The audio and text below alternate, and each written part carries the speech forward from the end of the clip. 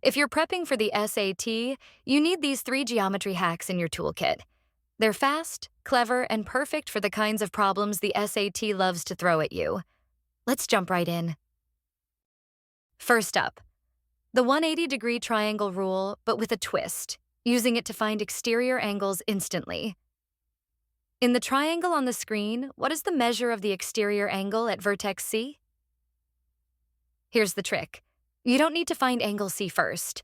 The exterior angle at C is simply the sum of the remote interior angles. So 50 degrees plus 60 degrees equals 110 degrees. Boom. Done. So, in short, the exterior angle of a triangle equals the sum of the remote, opposite interior angles. Hack number 2.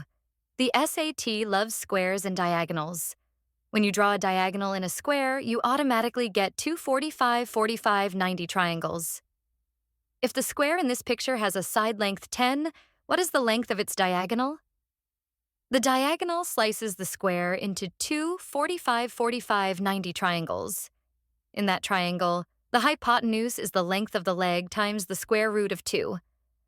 The hypotenuse of the two triangles is the diagonal. The sides of the square are the legs. So, the diagonal equals 10 times the square root of the legs. No need for the Pythagorean theorem if you know this shortcut. Hack number 3.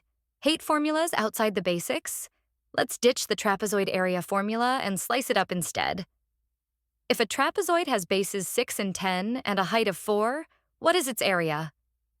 Instead of the formula, visualize this trapezoid as a rectangle, 6 wide, plus 2 right triangles, 2 wide each.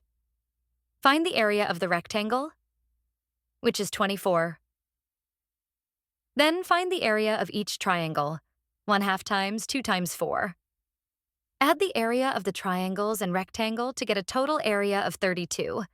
Same result as the trapezoid formula, but easier if you're visual. And that's it. 3 powerful geometry hacks to crush the SAT. If you found this helpful, drop a like, subscribe, and comment below with your favorite math hack. And remember, on the SAT, every second counts. The smarter your strategies, the better your score.